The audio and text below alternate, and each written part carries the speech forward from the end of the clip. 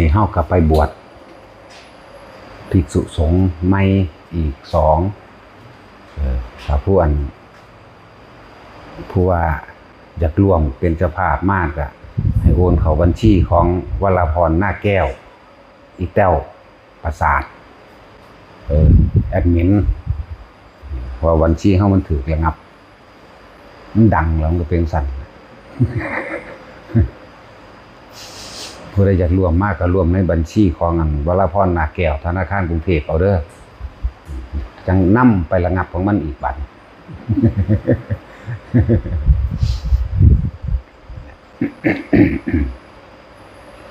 จะมีการบวชเข้ามาเรื่อยๆล่ะส่วนสิเขาพรรษาก็มีอีกยังมีอีกว่าการบวชเป็นของเฮ็ดได้ยาก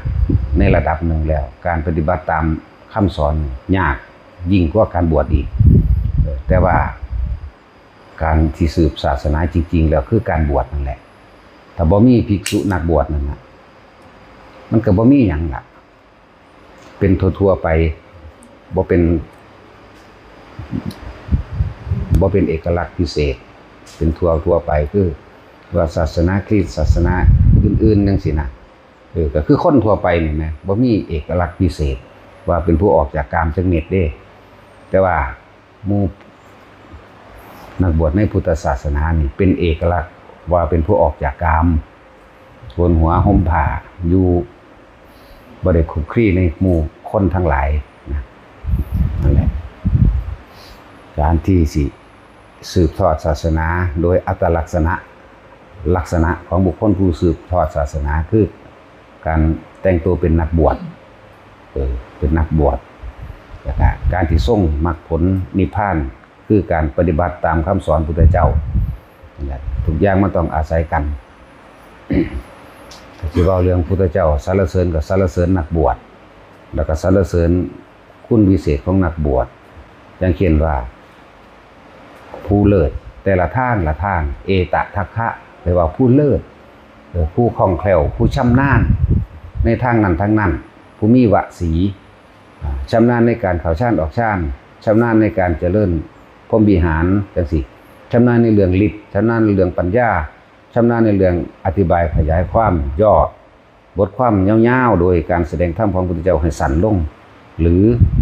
ขยายความจากบทสั้นๆให้ยาวโดยวิจิตรพิสดารจังซี่นั่นแหละ บ่มีอันใดอันหนึ่งมาให้สุดโต่งดอกคือยังเฮายินเรื่องการภาวนาบุญสูงสุดก็สูงสุดมันก็เป็นทางปัญญาแต่ว่าทางกายก็ต้องอาศัยอาหารยารักษาโรคเครื่องนุ่งห่มที่อยู่อาศัยคือเก่านั่นแหละอย่างที่ว่าอย่าไปสุดโต่งนะเวลาเฮาฟังธรรมะผู้นั้นย่องอันนั้นย่องอันนี้ว่าดีเป็นความเห็นส่วนตัวของเขาเด้อแต่ว่าโดยธรรมชาติแล้วต้องเป็นกลางโดยธรรมชาติต้องเป็นกลางคือกายก็ต้องอาศัยอาหารอาศัยเครื่องนุ่งห่มใส่ผ้าห่มนี่แหละกายน้ำและอาหารที่อยู่อาศัยป่วยมากก็ต้องอาศัยยาจังซี่บ่ได้ไปสุดโต่งแบบนั้นดังนั้นการฟังให้ฟังเอาเนื้อหาสำหรับที่ว่าตัวเองสิสามารถที่จะถอดถอนตัวเองได้บ่ได้ฟังแล้วเอามาสุดโต่งคือยืนยันว่าองค์นั้นว่าจังซั่นคือองค์นี้วางสิผิดบ่ถูกต้องเด้อเฮาต้องวางจิตเป็นกลางให้ได้คือเฮาเห็นเขาเว้าพุทธเจ้าบ่ได้สรรเสริญนักบวชเป็นหยังสิบ่สรรเสริญนักบวชถ้าพวกเธอทั้งหลายมีจิตศรัทธาประสาทะอัจฉริศรัทธาแล้วจงโกนผมและหนวดเข้ามาบวชในพุทธศาสนาเข้ามาบวชแล้วจงเดินตามพระธรรมและวินัยแห่งเราตถาคตที่ตรัสไว้ดีแล้วนี่ตั้งหากนั่นก็เป็นการสืบนิสัยตัวคนเฮาบ่ฝึกบ่หัดบ่มีนิสัยเฮ็ดจังได๋มันก็บ่มาเด้ทุกข์ยากคือสิตายอยู่มันก็บ่มาเด้ไปหน้าไปอยู่วัดจังซี่มันก็บ่มาเด้ถ้าบ่ฝึกหัดตนเองไว้ทุกอย่างก็ย่อมมีเหตุมีปัจจัยในปุเรภพชาติจังซั่นบัดนี้พวกเฮาเข้ามาบวชเข้ามาแล้วมาฝึกมาหัดตามธรรมดาแล้วเฮาก็ต้องเฮาบ่ทันได้เป็นผู้รู้ว่าอันใดควรอันใดบ่ควรก็เลยต้องให้ศึกษาพระวินัยก่อนศึกษาพระวินัยปนกันไปนั่นแหละในวิสุทธิมรรคหนทางแห่งความสำเร็จหนทางแห่งความบริสุทธิ์เอิ้นว่าวิสุทธิมรรคแปลว่าทาง วิสุทธิ์คือความบริสุทธิ์มรรคคือทางเดินแห่งความบริสุทธิ์มีศีลสมาธิและปัญญาศึกษาไปในหันตะกอนพอมันสิบอกทั้งเบิดมันก็บอกว่าได้ดับเฮาบ่ทันได้ฮู้ว่าอันใดควรอันใดบ่ควรนะเฮาบ่ทันได้ฮู้ว่าติดนิสัยโลกๆมันยังมีอยู่การกินจังสิยืนกินน้ำย่างกินนมบางทีนะก็บ่แม่นนะบ่ให้มีสั่นนั่นแหละจังว่าให้ศึกษาให้นั่งหลายๆอย่างที่เฮาว่าทันได้จังว่าให้ภิกษุนักบวชบ่เข้ามาแล้วก็ศึกษาพระวินัยก่อนสิเอาเทียบพุทธกาลบ่ได้เจ้าของบ่ได้เกิดตอนนั้นสิไปเทียบว่าแต่ก่อนบ่ทันบัญญัติพระวินัยจังซั่นจังซี่ก็คนพุทธกาลกิเลสเขาเจ้าก็ยังน้อยกว่าคนซุมื้อนี้อยู่ดอกแต่ที่ว่าพูดถึงว่าเทียบซื่อเมื่อภิกษุนักบวชมาเข้าเพิ่นจึงบัญญัติเมื่อภายหลังเพราะว่าคนหลายมันเอาบ่อยู่บัญญัติเมื่อภายหลังอันนั้นเป็นเรื่องพุทธกาลแต่ว่าเฮาเอาปัจจุบันนี้ก็เฮาบ่ทันได้รู้จักหยังศึกษาพระวินัยเพราะว่าพระวินัยสิเป็นเครื่องรักษานักบวชฉะนั้นนักบวชก็ต้องรักษาพระวินัยเป็นอันดับหนึ่งนั่นแหละแค่เฮ็ดนำพระวินัยทั้งเบิดมันก็บรรลุแล้วล่ะอรหันต์นั่นน่ะแต่สิว่าจริงๆแล้วอ่านเบิ่งดีๆโลดเด้อเริ่มตั้งแต่คิดคุณธรรมดาบ่เป็นจังซั่น ว่าให้ทุกคนบอกเข้ามาแล้วศึกษาวิสุทธิมรรคบัดนี้โดยละเอียดลึกเข้าไปอีกโดยอริยวินัยเป็นของละเอียดเข้าไปอีกวิสุทธิมรรคเพิ่นก็มีศีลนิเทศบอกแนวทางแห่งการรักษาตัวเองสมาธินิเทศปัญญานิเทศก็ว่าไปแต่ว่าโดยการปฏิบัติบัดนี้เวลาเฮาคุกคีอยู่นำหมู่นี่ภิกษุก็เป็นอาบัติจังซั่นเฮาก็อ่านเบิ่งเอาจ้ะอ่านเบิ่งอันนี้ควรอันนี้บ่ควรคือขนองภิกษุวิ่งภิกษุเดินไกวแขนภิกษุเดินแงนหน้าหรือทำเสียงโวกเวกหรือร้องหรือล่ำจังซี่ดูหนังละครคือเฮาก็อ่านเอาในอันนั้นแหละในอริยวินัยนั่นแหละคือมันแยกย่อยเข้ามาให้เกิดความละเอียดมากขึ้นจริงๆบ่ยากดอกแต่เฮารู้จักแล้วบ่ยาก ถ้าพระวินัยตั้งอยู่เมื่อมีภิกษุทรงรักษาพระวินัยได้มรรคผลนิพพานก็อยู่ในพระวินัยอยู่ในพระนิพพานนี่แหละนี่ไปใส่มันก็ตีคู่กันเด้อรหันต์เขามาบวชเลยจังสิมันบ่มีดอกมันมีแต่ค่อยๆเป็นไปนั่นแหละแต่สิเอาพุทธกาลมาเทียบโกนหัวซะก่อนเด้จังบรรลุก็มีเด้โกนหัวครั้งเดียวบรรลุก็มีหรือว่าพอถ้าบรรลุก็ต้องบวชเลยในมื้อนั้นถ้าบ่มื้อนั้นก็ตายโอ้ยจังสิเว้าไปหยังดอกซุมื้อนี่บ่ค่อยมีเนาะมันมีแต่ในตำราจึงบอกว่าจะตามหาคนตายเถอะจะตามหาต่างๆเรื่องนิทานเรื่องเว้าสืบต่อกันมาเอาปัจจุบันใส่กันโลดปัจจุบันใส่กันทุกคนก็ต่างเคยทำผิดทำพลาดมามีอารมณ์โกรธมาคือกันนั่นแหละมีอารมณ์โลภมีอารมณ์หลงคือกันว่าเอาตัวนี้มาเป็นเครื่องข่มอารมณ์ตัวเองเพราะว่าเฮาบ่ทันฮู้ จังว่าบัดนี้เฮาถ้าเฮารู้จักพระวินัยแล้วการทำสมาธิมันก็ง่ายตัวเห็นบ่ล่ะศีลสิกขาสมาธินี้เมื่อสมาทานศึกษาโดยโดยศีลของเจ้าของเองแล้วมันก็รู้จักตัวกันศีลจึงเป็นกำลังหนุนให้เกิดสมาธิตั้งมั่นเห็นมั้ยล่ะเมื่อสมาธิตั้งมั่นก็เป็นเรื่องก็เกิดให้เกิดปัญญาเมื่อรอบรู้ในกองสังขารเมื่อรอบรู้ในสิ่งทั้งหลายทั้งปวงไว้แล้วมันก็รวบใส่กันเองปัญญาก็อบรมศีลปัญญาก็อบรมสมาธินะมันก็เลยเป็นหนึ่งเดียวกันมรรคสมังคีธรรมเกิดเป็นหนึ่งเดียวกันได้ก็ศีลสมาธิปัญญาล่ะเรียกว่ามรรคสมังคีธรรมเกิดเป็นอันหนึ่งเดียวกันจังว่าให้ศึกษาพระวินัยก่อนบ่แม่นว่าจะเฮ็ดจังได๋ก็เฮ็ดไปแต่เฮ็ดไปแล้วสิเอาเทียบผู้อื่นเด้ความคือจังอันองค์นั้นบ่เห็นว่าองค์นี้บ่เห็นว่าสิเทียบมายกตนเด้ที่จริงตรงที่ว่าเอาพระโบราณมาเทียบคือจังพระเปรินทวัชชะจังซี่เพิ่นว่าเพิ่นเว้าบ่ม่วนคำว่ามวลหรือบ่มวลคนเป็นผู้ยึดเองไอ้ถอยไอ้เหี้ยไอ้สัตว์จังซี่อย่าไปเอามาเทียบกับเพิ่นตากับของก็บ่ได้เห็นบ่ได้เกิดน้ำเพิ่นบางคนสิยกองค์นั้นเด้องค์นี้เด้ยกใกล้ๆคือยกกับอยู่รูของผู้มันจังซี่ยกเข้ามาเอาปัจจุบันเถอะ พวกเฮาแหละมันเข้ามาเรื่องสมาธิในความสงบเฮาอาศัยกำลังเพ่งในลมหายใจโดยการปฏิบัติครั้งแรกเฮาก็ยึดลมไว้ก่อนเกาะลมไว้ก่อน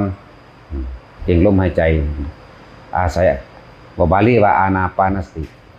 รู้จักลักษณะแห่งลมเข้าและลักษณะแห่งลมออกหรือเอิ้นอานาปานสติสติก็คือรู้นั่นแหละรู้จักวิถีแห่งลมเข้าวิถีแห่งลมออกเอิ้นว่าอานาปานสติถ้าเฮาจอก็เรียกว่าเพ่งอาศัยตัวนี้เป็นกำลังเป็นหลักยึดลมไว้ก่อนกับแมนเกาะลมไว้ก่อนกับแมนเพ่งไปในลมไว้ก่อนกับแมนให้ไปเถอะบ่จำเป็นต้องอยากสงบพอความอยากสงบเฮ็ดให้บ่สงบนั่นแหละแต่ว่าให้ยึดลมไว้ก่อนที่แรกยึดไปยึดมานี่เกาะลมไว้เฮ็ดไปเห็นมาเรื่อยรู้ลมเอาเองโดยบ่ได้ยึดฟังดีๆที่แรกยึดเกิดยังขึ้นกลับเข้าหาลมเด้อเกิดยังขึ้นกลับเข้าหาลมเด้อที่แรกเอิ้นว่ายึดสิมันยึดมันถือมันในลมก็ว่าได้ยึดซะก่อนยึดไว้เกิดยังขึ้นกลับมาลมทำความรู้สึกตัวว่าลมทางบื้อเขาในหูดังเขาออกตัวนี้แหละเกาะลมไว้ยึดลมไว้เกาะไปเกาะมาไปเกิดความเคยชินและชำนาญเลยเป็นรู้เฉยๆรู้ลมเฉยๆสมาธิเต็มภูมินะสมาธิเต็มภูมิมันสิเข้ามาเองดอกบัดนั่นแหละจึงบอกว่าทุกคนเพียรพยายามเพียรพยายามเกิดนั่นขึ้นกับกลับเข้ามาล่มอยู่จังดอกกลับไปกลับมามันชินได้เมื่อชินแล้วรู้ลมเฉยๆนั่นแหละวิธีว่างลมคือรู้ลมเฉยๆบ่ได้ว่างโดยการคิดจากบ่ว่างนี่ว่างโดยการบ่ได้คิดบ่ได้บังคับพร้อมแต่ว่ารู้ลมเฉยๆในวิธีว่างลมเด้นี่เป็นแค่คำบอกแต่ว่าประสบการณ์ของคนผู้นั้นที่เฮ็ดนั่นน่ะเขาสิรู้ในโตเขาดอกแต่ว่าการสิมาอธิบายขยายความโดยคำเบานี่มันก็ยากอยู่เฮ็ดจังได๋สิสื่อสารให้เขาเข้าใจได้สื่อเด้เป็นสมมุตินะเป็นถ้าบ่เอาตัวนี้มาเว้ามันไผฮู้ทีแรกเกาะลมไว้ก่อนกล้าก็เพราะว่าออกไปคิดกลัวก็เพราะว่าออกไปคิดนะเลยว่าคิดเข้ามาหาลมนี่ซะก่อนยึดลมไว้ก่อนยึดไปยึดมาอย่างนั้นเกิดนั่นขึ้นเร็วเข้าหมายถึงที่แรกเฮาไปป่าอยู่ผู้เดียวจังซี่เกิดความย่านสั่นย่านผีอยู่หันผีอยู่นี่จังสั่นจังซี่มีงูมีนั่นมีนี่นั่นแหละมันบ่มีหม่องเกาะมันมีหม่องยึดมันยึดสัญญาเก่าๆสัญญาเรื่องผีสัญญาเรื่องอันตรายต่างๆย่านตายบัดนี้เปลี่ยนใหม่มาสัญญาลมดูบัดนี้มันอยู่เขาในลมบัดนี้ยึดลมไว้เกาะลมไว้อาจสิชั่วโมงนึงจังคิดได้ก็ยังดีกลับมามันก็เริ่มสั่นเข่าสั่นคันดอกต่อคนฝึกตัวเอง30นาทีจังมาคิดพอลมมันก็สั่นเขา20นาที10นาทีจนว่านาทีนึงจังกลับเข้ามาหาลมนี่ก็เกาะลมของเขาดูเขานะจนเกิดความเคยชินแล้วบัดนี้รู้ลมเฉยๆโดยไม่ต้องวาง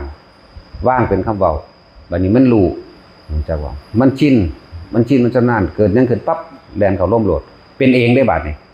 นั่นแหละลมเฮาสิเป็นเองดอก นั่นแหละจังว่าละแนวใด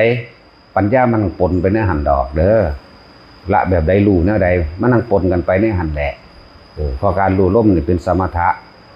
วิปัสสนาคือการรู้เท่าทันความคิดของเจ้าของเองมันสิมีในกันเองดอกสมถะวิปัสสนาถึงเป็นของตีคู่กันนั้นเป็นภาษาสมถะเป็นจิตหนึ่งให้เพ่งอยู่ตั้งอยู่ซื่อๆวิปัสสนาคือรู้ความคิดเจ้าของที่มันลิ่งไปหาเรื่องนั้นเรื่องนี้นั่นแหละแต่ก็ดึงเข้ามาดูเพราะว่ามันหูแล้วแม้นสิ่งทั้งหลายทั้งปวงก็บ่เที่ยงสัพพะสิ่งทั้งหลายทั้งปวงไม่เที่ยงหาความจีรังยืนบ่ได้ไหลเข้าสู่ความแตกดับมันก็ยับเข้ามากายเจ้าของเองก็ไม่เที่ยงเด้บัดนี้นี่มันบ่ยึดกายแล้วบัดนี้เริ่มไหลเข้ามาทางกายแล้วอันนั้นอันนี้แม้นสิพิจารณาโดยกายโดยเป็นอาการ32ธาตุ4ธาตุ42ก็ช่างนะเยสาโลมานะคาท่านตาตาโจนี่ไล่เข้าไปจังซี่ก็เป็นแค่เครื่องยิ้วของความคิดไว้ซื่อๆเด้นั่นแหละบัดนี้เฮากลับเข้ามาในลมดูเขา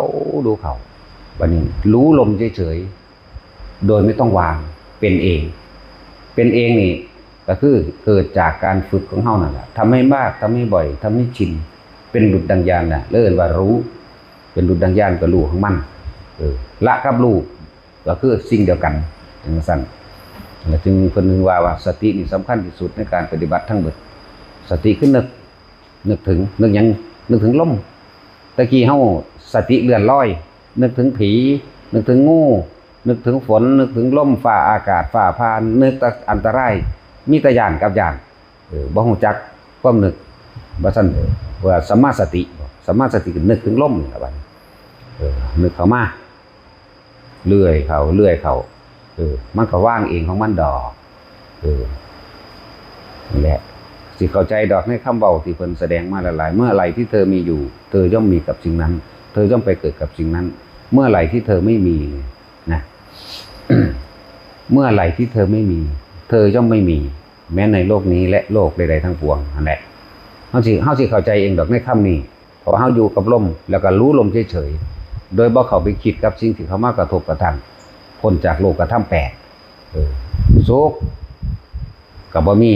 ทุกข์ก็บ่มีเพราะว่าเฮาบ่เข้าไปยึดปรุงแต่งในความอยากให้มันเป็นได้ดังใจหรืออารมณ์พอใจตัวเองสรรเสริญก็บ่มีนินทาก็บ่มีได้มากก็บ่มีเสียไปก็มีเนี่ยยศถาบรรดาศักดิ์บ่มีจักหยังจักอย่างมีแต่รู้อยู่ซื่อๆนั่นแหละมันสิเข้าใจดอกว่านี่ควรหรือไม่ควรสิกระทำแบบใดมันสิรู้ในตัวเองดอกฝึกไปเถอะตัวเน้นนักล่มอย่างเดียวมันสิเป็นเอาเองดอกอันหลายๆอย่างนั่นน่ะให้มันได้หลักมันซะก่อนเถอะเลยว่ายึดล่มไว้เกาะล่มไว้คือเขาจริงๆมันมีเหตุให้เขาถามด้วยว่าเราจะวางลมอย่างไรเนี่ยบ่ได้ว่างทำให้บ่อยทำให้มากทำชินมันจะรู้ลมเฉยๆโดยไม่ต้องวางลมแล้วสติหรือปัญญาคืออะไรถ้ายังคิดหาสติถ้ายังคิดหาปัญญาถ้ายังคิดหาคำตอบอยู่ไม่มีสติบอกเลยเขาก็ยังบอกนะรู้เขาไปล่มสะกอนจะมาถามเอาผลยู่ไปเรื่อยตัวเองนั่นแหละจะรู้เองบัดการได้ยินได้ฟังจากผู้อื่นก็เป็นดีอยู่อย่างหนึ่งแต่ว่าการไปยึดคำบอกผู้อื่นโดยตัวเองไม่รู้หลงเด่นส่วนมากก็สิคาดคะเนและดนเดาเอาบัดจังสั้นแหมจังสี่แหมตัวเองบ่ทันเป็นก็เลยบอกว่าพยายามอยู่กับลมให้บ่อยทำให้บ่อยทำให้มากทำให้ชินทำให้เป็นดุจดังยานเถอะเอาไปมามันสิรู้ลมเฉยๆดอกมันสิย่างอยู่แบบใดก็ได้มันสิรู้เอาเองมันสินอนหลับก็รู้เอาเองมันธรรมดาเด้เฮ็ดไปเถอะฝึกไปเถอะปล่อยว่างสิปล่อยว่างแบบใดปล่อยว่างก็คือบ่คิดเท่านั้นแหละนั่นแหละปล่อยว่างก็เลยแม้นี้ยังเกิดขึ้นแค่เห็นได้สักแต่ว่าเด้มันแค่เห็นแค่ได้ยินแค่ได้กินแค่สัมผัสทางกายแค่ได้ลิ้มรสชาติมันรสชาติอาหารกระชังรสชาติอาหารก็เป็นเรื่องสำคัญอยู่เด้อแต่ว่าเข้มปั๊บนึกถึงผงชูรสรสเข้มปั๊บนึกถึงรสชาติอาหารที่เคยกินอยู่พุ่นอยู่พี่รสสำคัญอยู่เด้อนั่นแหละถึงบอกว่าการให้รู้เฉยๆได้บอกกันรู้ว่าเข้มรู้ว่าหวานตอนนั้นรู้ว่าเหม็นหรือรู้ว่าหอมบ่ต้องไปหาเจ้าของหอมเจ้าของหวานบ่ต้องไปหาต้นเหตุและปลายมันยังบ่ต้องหายังเลยนั่นแหละคำว่ารู้เฉยๆรู้เฉยๆมันสิเป็นจังไดก็คือล้มนั่นแหละอยู่ไปเถอะเดี๋ยวมันสิเข้าใจเองในบุคคลผู้นั้นเถอะนั่นแหละมันบ่ได้คือรสชาติทั้งโลกเด้รสแห่งธรรมเอาให้กันบ่ได้บุคคลผู้นั้นฝึกด้วยตัวเองรู้ด้วยตัวเองเด้รสอันอื่นๆขึ้นน้ำปลานี่เด้กันได้ก็เข้มเสมอกันอยู่เด้แต่ว่าความพอใจและไม่พอใจไม่เสมอกันเท่านั้นเด้เข้าใจบ่เข้มกับเข้มพอกันแต่ว่าผู้นี้ว่าพอดีแล้วคนมันมักเข้มคือความพอใจเข้าใจบ่นี่คนบ่มักเข้มว่าอุ้ยเข้มโพดนั่นขึ้นอยู่ที่อารมณ์เข้าใจว่าล่ะนี่ทั้งหมดนี่ละอารมณ์เด้อเฮ็ดจังได๋เฮาสิก่อนสิละอารมณ์ได้หยุดคิดได้นั่นแหละแต่บ่มีความคิดบ่มีความปรุงบ่มีความแต่งในความอยากได้ดังใจหรือพอใจนะบ่มีตัวนี้เลยนะอื่นว่าละอารมณ์อาสวะแปลว่าอารมณ์อันคล้องอยู่สองอย่างเท่านั้นละคนคล้องอยู่ในความพอใจกับไม่พอใจเท่านี้คล้องอยู่เท่านี้ไอ้อุเบกขาบ่เคยเห็นเนาะเห็นบ่ล่ะนั่นแหละอาสวะขยะอารมณ์ทั้งสองอารมณ์ทั้งที่พอใจและไม่พอใจเรียกว่าขยะที่สมควรทิ้งแต่พวกเราไม่ทิ้งกันเองเข้าใจบ่อันนี้อาสวะขยะญาณจึงแปลว่ารู้หรือรู้เฉยๆนั่นเองบ่แม่นไปรู้สวรรค์นรกยังดอกของแถมดอกกันจังซั่นเพิ่นอุปมาอุปไมยอุปโลกขึ้นมาเว้าเพื่อให้เกิดความคลายความสงสัยหรือปลอบใจหรือเหตุ ให้ศรัทธาเกิดขึ้นซื่อบางอย่างนะจังว่าอยู่กับร่มเจ้าของเถอะมีบ่ได้มีอย่างมากหรอกวิธีปฏิบัติแค่ร่มนั่นแหละอยู่นิ่งอยู่กับร่มแม่นอีหยังสิผ่านพาเข้ามาเป็นภาพพูดผีปีศาจสัตว์นรกต่างๆถ้าเฮาบ่สนใจเข้าไปคิดมันก็บ่มีหยังเกิดขึ้นเด้มันมีอยู่สำหรับผู้มีอยู่หมายถึงผู้เห็นหมายถึงผู้เห็นผู้เขาเห็นก็เห็นจะไปอยากเห็นเถอะนะมันคิดมากผู้ไปเห็นแหละโชคดีแล้วเห็นตะล่มเจ้าของโหลดรู้ตะล่มเจ้าของโหลดนั่นแหละวิธีวางลมคือรู้ลมเฉยๆแต่ว่าทำให้บ่อยทำให้มากทำให้ชินมันจึงจะว่างของมันเองบ่แม่นเฮาไปกำหนดว่างเฮาบ่ได้ตั้งใจว่างเดี๋ยวว่ามันจะว่างเองหรอกไปเถอะนี่แหละสำหรับคนถามว่าสิว่างลมแบบใดอย่าไปคิดสิว่างไหมรู้อยู่กับลมโหลดอยู่ในลมหายใจแต่มันเอาเองดอกเป็นเองดอกหน้าคือนอนหลับมันแหละเอาแม่ก็ตั้งใจนอนหลับใดเพราะให้หาหน้าที่กูสิรับให้ในหาหน้าที่เอาแม่ก็เฮ็ดใดมันค่าตั้งใจอยู่มันสิไปนอนใดจังใดมันค่าคิดอยู่นั่นแหละว่างความคิดรับยังไงก็บ่รู้ดอกมันเป็นเอาเองมันบ่ล่ะมีผู้ใดจับรับได้อยู่บ่เพราะท่านในมีเด้นี่ผู้ฝึกแล้วจับได้เด้เฮาสิเอาภายในลมหายใจเข้าออกเอา10คู่ปึ๊บรับได้เด้ผู้ฝึกเด้นั่นนี่เฮาก็ฝึกมาพอแห้งแล้วล่ะหลวงปู่เทศรังสีเป็นผู้แนะให้จับรับเฮ็ดจังใดโอ้ยตะกี้บ่ได้เชื่อเพิ่นเถียงเพิ่นอยู่อังบ่เถียงปากเด้เถียงในใจแต่ว่าเจ้าของไปฝึกเอาเองเด้บ่ที่จริงบ่ได้ปฏิเสธแล้วก็บ่ได้หยังเด้แต่ว่ามันเถียงไว้ก่อนซื่อเพราะว่าเฮาบ่แม่นคนเชื่อหยังง่ายๆแต่ว่าบ่ได้ปฏิเสธบ่ได้คัดง้างบ่ได้คัดแย้งบ่เชื่อง่ายๆนี่ฝังในใจแหละไปพิสูจน์ทดลองเอาเองซะก่อนจับรับกั้นหายใจหลวงปู่เทศสอนอันนี้มันเป็นทดลองมาพอแห้งนั่นแหละจังว่าบ่เชื่อเด้ที่จริงบ่เชื่อได้จังไปเฮ็ดถ้าเชื่อบ่เฮ็ดได้คนเนาะมีแต่เอาไปเถียงกันซื่อเฮาบ่เชื่อเด้เดี๋ยวเฮาก็บ่แม่นคัดแย้งเพิ่นคัดง้างกับเพิ่นเด้บ่เลยคัดง้างตัวเองบ่เชื่อนะไปเฮ็ดบัดนี้เฮ็ดไปเฮ็ดมามันเป็นของมันจังนั้นแล้วเชื่อบ่เชื่อก็สร้างแล้วบาดเนาะก็มันเป็นแบบนั้นเข้าใจว่าล่ะจังซั่น แต่สิกำหนดรับเฮาก็กำหนดได้นี่คือผู้เฮาฝึกแล้วเด้อทุกอย่างกำหนดได้เบิดเพราะกรรมทั้งหมดเฮาเองได้เป็นผู้กำหนดในการกระทำบ่มีผู้อื่นกำหนดเด้กรรมคือการกระทำของตนเองนั่นแหละเป็นผู้กำหนดในการกระทำแต่ว่าหลังจากทำไปแล้วกรรมนั่นแหละจำกำหนดเราจากว่ารับผลมันวิบากมันฉะนั้นให้มีสติก็ต้องยั้งมากดอกอารมณ์ต้องคือเก่ากิเลสตัวร้ายกาจที่สุดก็คืออารมณ์เด้อทุกคนเกิดมานำอารมณ์หมดอารมณ์